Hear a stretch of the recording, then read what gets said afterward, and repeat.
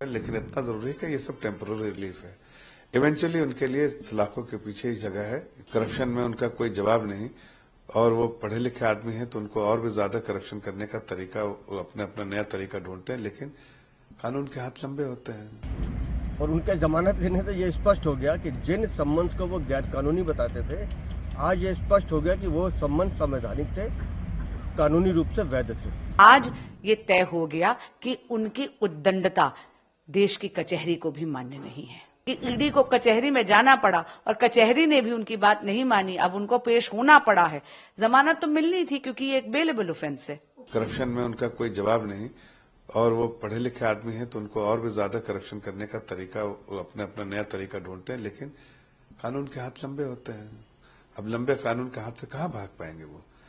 थोड़ी बड़ी तो राहत जो है टेम्पररी है, इवेंचुअली सलाखों के पीछे जाना ही पड़ेगा। आज अरविंद केजरीवाल ने न्यायालय में जाकर जमानत ली, और उनके जमानत लेने से ये स्पष्ट हो गया कि जिन सम्मन्स को वो गैर कानूनी बताते थे, आज ये स्पष्ट हो गया कि वो सम्मन संवैधानिक थे, कानूनी रूप से वैध थे।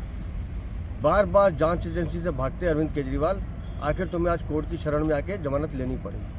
और अब इससे ये भी स्थापित हो गया कि जांच एजेंसी के अगले सम्मन पर आपको कोर्ट में आना पड़ेगा, सवालों के जवाब देने पड़ेंगे, और शराब घोटाले में जितना भी खेल हुआ है उसका भी पर्दाफाश होगा। सत्यमेव जयते।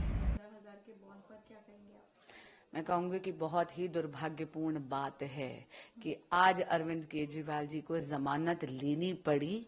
174 आईपीसी की जो याचिका ईडी ने फाइल करी थी उसमें ये नौबत ही नहीं आनी चाहिए थी।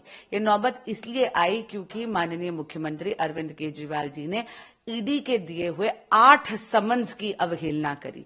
जब जब माननीय मुख्यमंत्री केजरीवाल जी समन का निरादर करते हैं तो वो कानून का उल्लंघन करते हैं। लेकिन आज ये तय हो गया कि उनकी उद्दंडता देश की कचहरी को भी मान्य नहीं है। वो कोर्ट में पेश नहीं किए गए थे? जी बिल्कुल भी नहीं, ये बेलेबल ऑफेंस है, इसमें तो बेल मिलनी थी। लेकिन कितनी शर्मनाक बात है कि ये नौबत भी आई। देखिए, मैं बार बार कहती हूं कि पीएमएलए में ये अनिवार्य होता है, अगर आपको समन दिया गया है तो आपको उस समन का आदर करते हुए जाकर जांच एजेंसी के समक्ष पेश होना है। लेकिन क्या करें, माननीय मुख्यमंत्री जी एक सामान्य व्यक्ति, एक आम आदमी के आवरण में बहुत ही खास व्यक्ति हैं, और आज उसी का उनको खामियाजा भुगतना पड़ रहा है कि ईडी को कचहरी में जाना पड़ा और कचहरी ने भी उनकी बात नहीं मानी। अब उनको पेश होना पड़ा है। जमानत तो मिलनी थी क्योंकि ये एक बेलेबल ऑफेंस है। अभी पता चला कि अरविंद केजरीवाल जी को बेल मिली है। अब लोग सोच रहे हैं कि बेल मिली किसमें? इनको बेल मिली है जो इन्होंने अभी तक ईडी के सम्मन्स की अवहेलना की, और ईडी ने कंप्लेंट की।